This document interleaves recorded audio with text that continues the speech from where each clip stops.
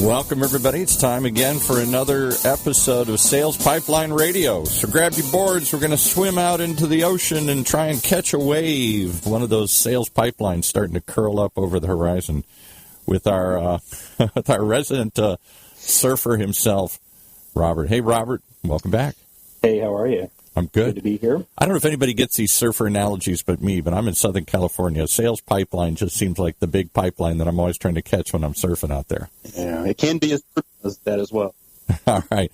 So welcome as we get close to the end of the year here. I'm glad you could join us. And who are we talking with today?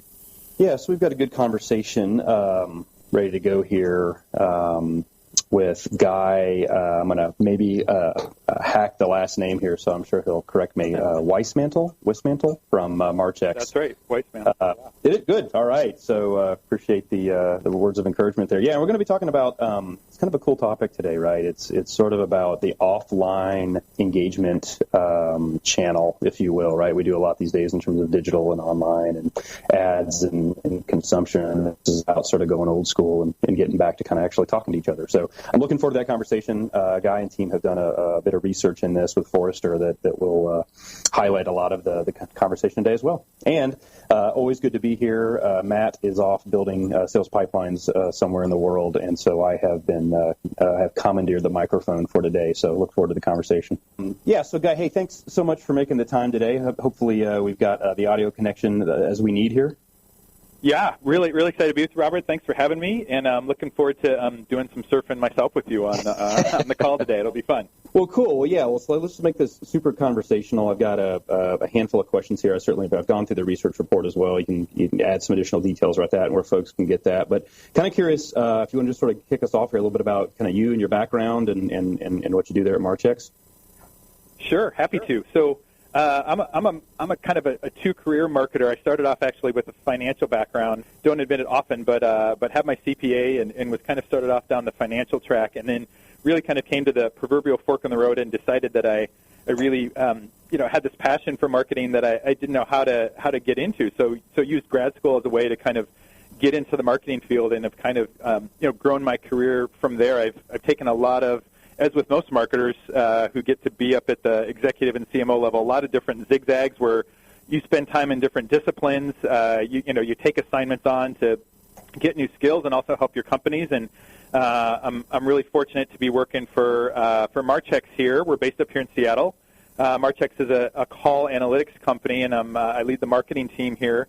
Call analytics is a pretty new area of marketing in the Marchex stack, but in essence, we help really big brands from GM and T-Mobile and ADT and State Farm really kind of connect all the media that they're spending and all the marketing that's going into trying to attract new customers into what is driving that customer to pick up the phone and call them.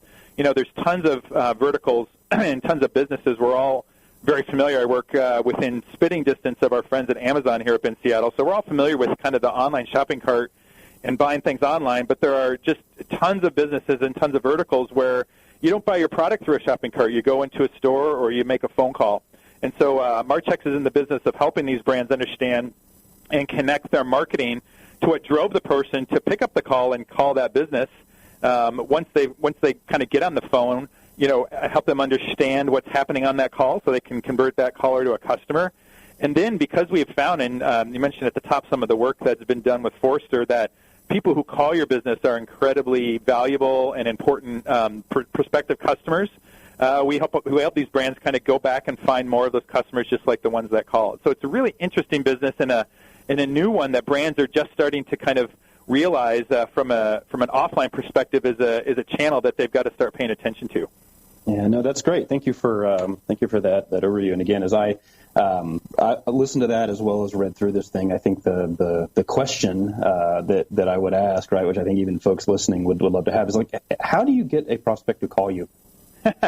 Well, as it turns out, and I know that's sort of a simplified question here, right? But that's like the ultimate opt-in, right? That's like I'm not just sort of passively clicking through, and I'm not sort of reading something, and I'm not sign up for a newsletter list. It's like I'm calling to have a conversation about something. So a pretty high sort of level of qualification to make that happen. So I know there's levels of or layers of explanation to that question, but I think that's the operative one, which I'd like to kick off with.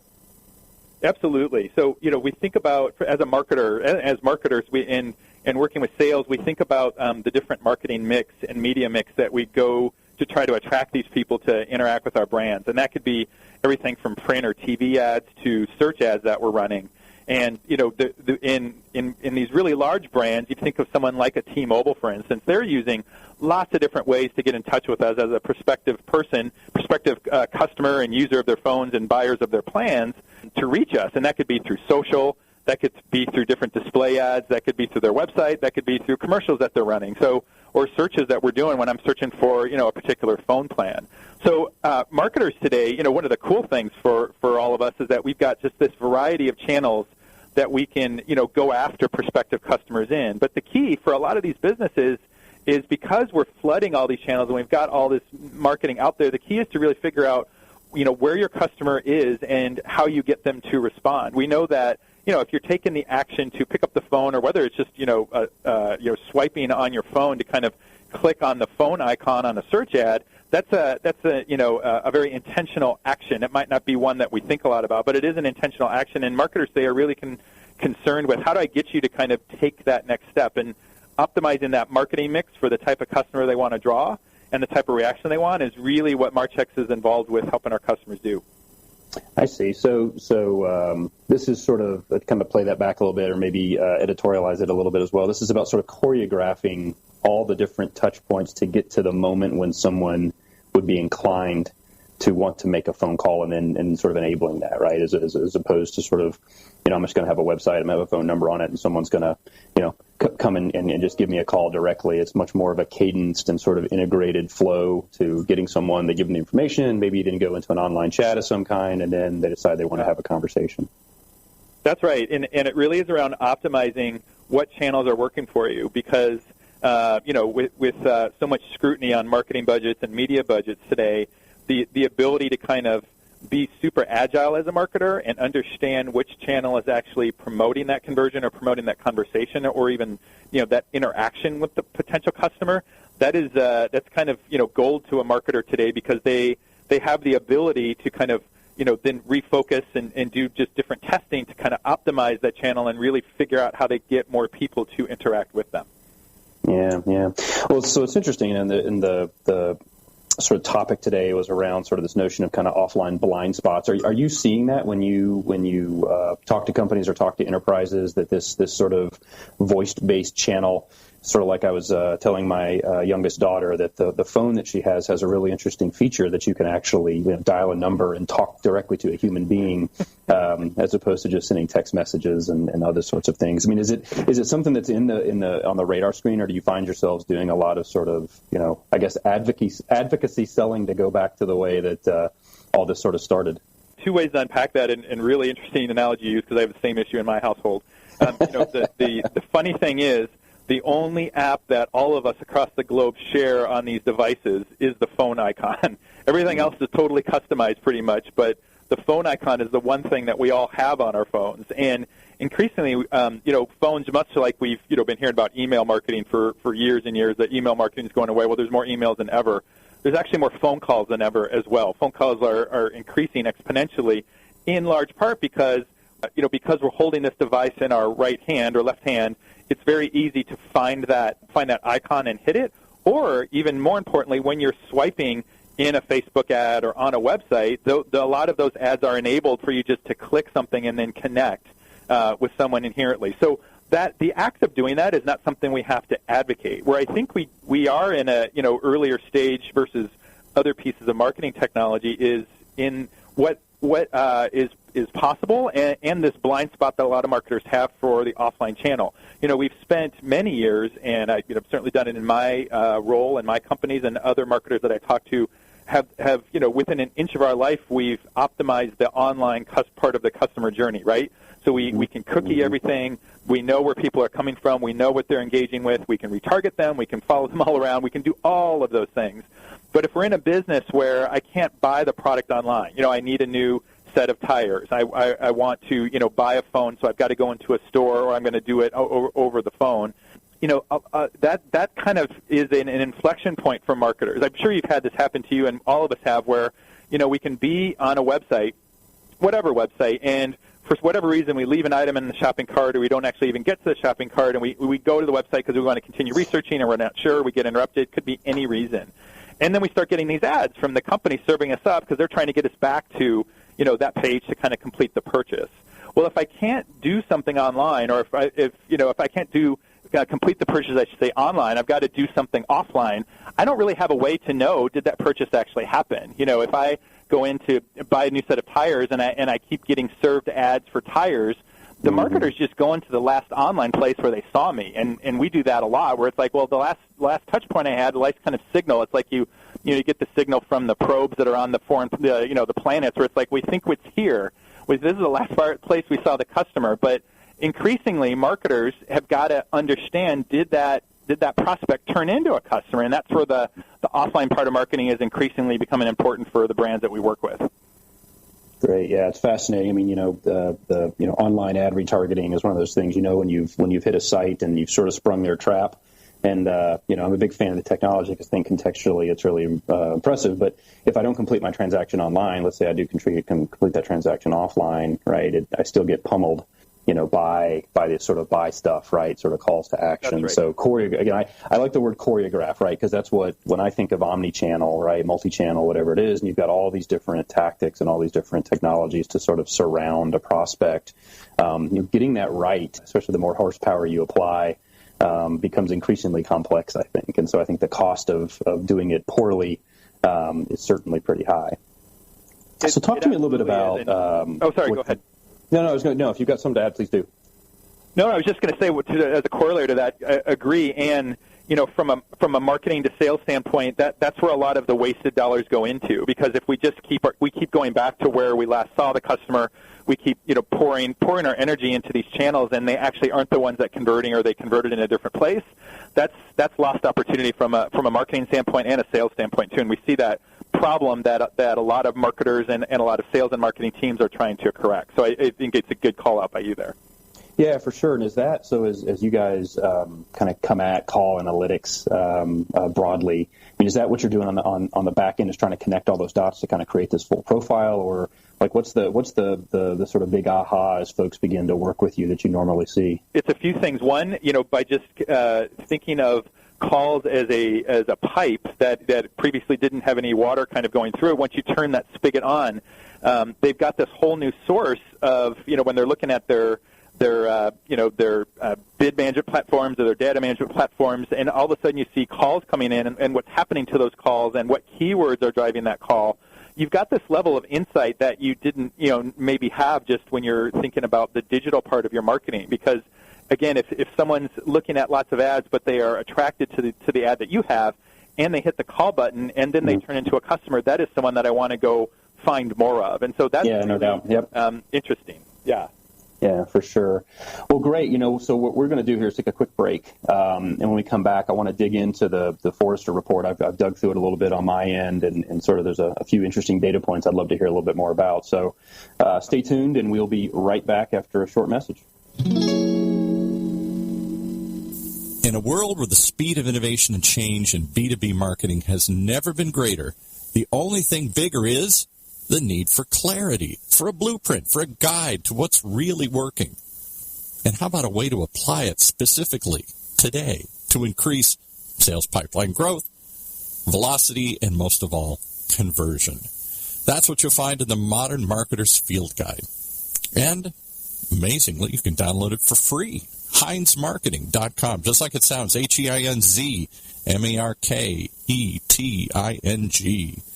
It encompasses the entire sales and marketing cycle, but in quick bursts with lots of specific, actionable ideas, strategies, tactics you can put to work right away, like today.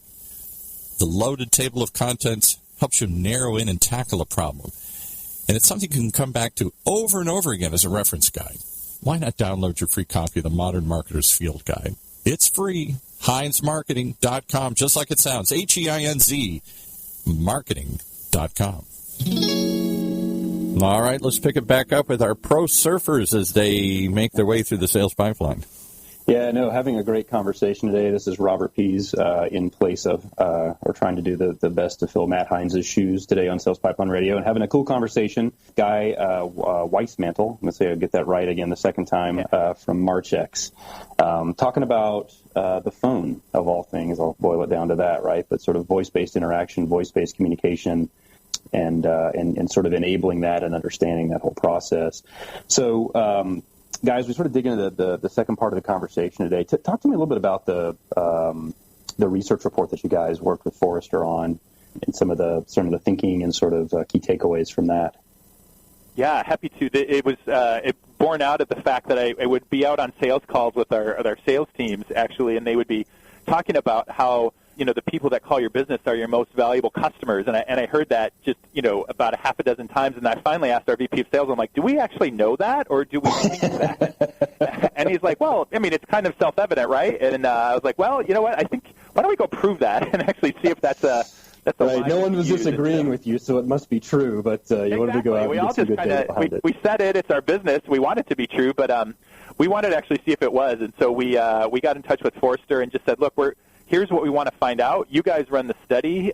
Here's the types of companies that have a lot of phone calls coming into their business, and so it was sponsored by us, but certainly we let them do it, and I don't know that we'd be having this conversation if the results had come back a lot differently. But the good news was the hypothesis that we did have was borne out tremendously, where they found that the people that call your business actually convert. They convert about 30% faster than people who are, surfing online. And it goes back to what we were saying in the first part of the conversation, which is this is an intentional act when someone's calling your business. So they've got something in mind. They want to figure out about pricing, or they want to know about a feature, and they're kind of looking for something to help them make the decision. So they convert faster.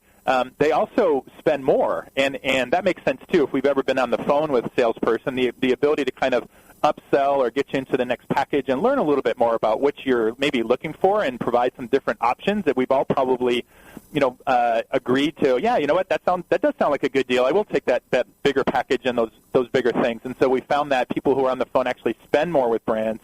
And then I think what's super interesting, kind of the third finding, which falls out of this, and for marketers and sales folks who are looking at, how do we, retain customers and cross-sell, upsell, the people that are calling your business have about a 28% higher retention rate than people who, engage with your brand or buy something from your brand online. And again, it's this personal connection. It's this one-to-one. I'm calling. I want to take an intentional act.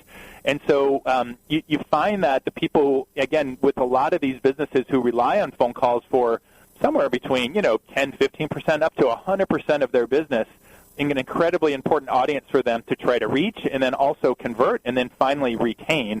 And it turns out a super valuable audience for marketers to be paying attention to in those key verticals. Yeah, no, that's a great summary of it. Those were sort of the notes that I went through on this. I thought it was kind of holistically and nicely done, and fortunately proved the point of that these are the best customers you have. But I like the fact that they they're more profitable, they stick around longer, they close faster, and I think that's, again, it's sort of optimizing this offline, I guess, channel, or this phone-based channel.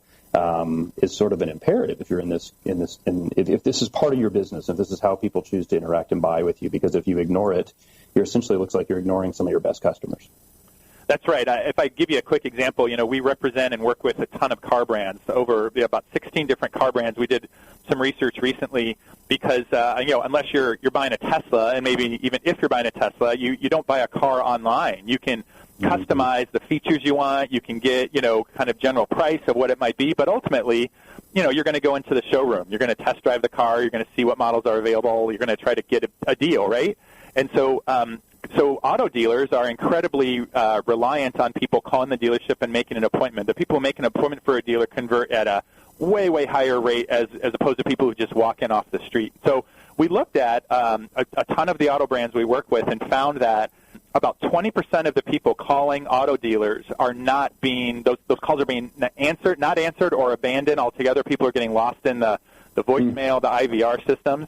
And that is resulting in millions and millions of dollars of lost business and lost opportunity. If I can't get a hold of this dealer, I'm going to either go to another dealer or I'm going to go to another car brand, and buy from them instead. And so in an incredibly competitive space like buying a car, especially around the holidays where we are right now, where you've got all these deals out there, the ability to get someone in your showroom is largely tied to, are you there to pick up the phone? Is there a warm body there to welcome them in and get them an appointment? You're going to have a much higher chance of closing business. That's a really interesting real-world example of the Forrester research and what it bore out.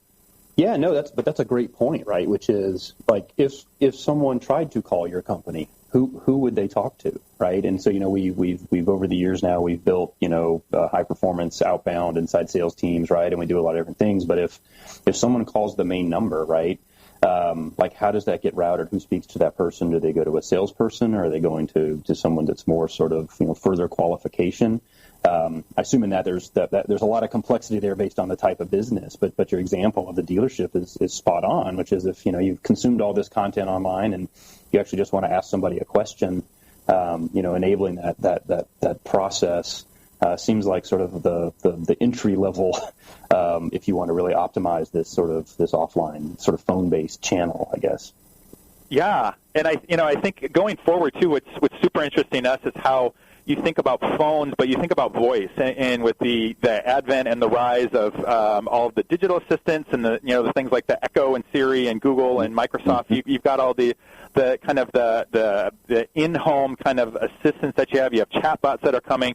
So there's a lot of ways that I think if you kind of generalize this, you're certainly going to have, there are 300 million calls, over the course of the last year just that we recorded. So calls are always going to be there, but if you broaden this out to, hey, what are different ways that through voice or through interactions we are going to interact with our brands, the ability to pick up those buying signals and connect with a prospective customer and understand what drove them to your brand is going to be gold for marketers and super important for sales efforts as well. So it's a really interesting time to be in the space.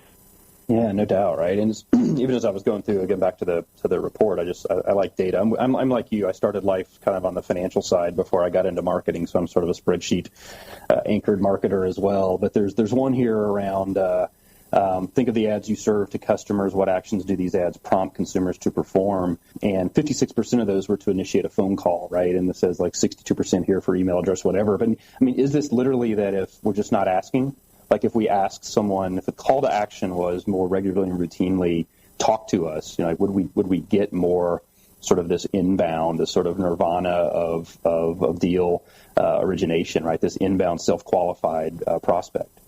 What's interesting is where we've seen this on our side. It breaks down highly by demographics. When you have for instance, insurance companies that you may be appealing to a little bit older demographic who's going to want insurance, then yes, having this kind of, we're here to talk to you and providing that kind of warm handoff, super, super important.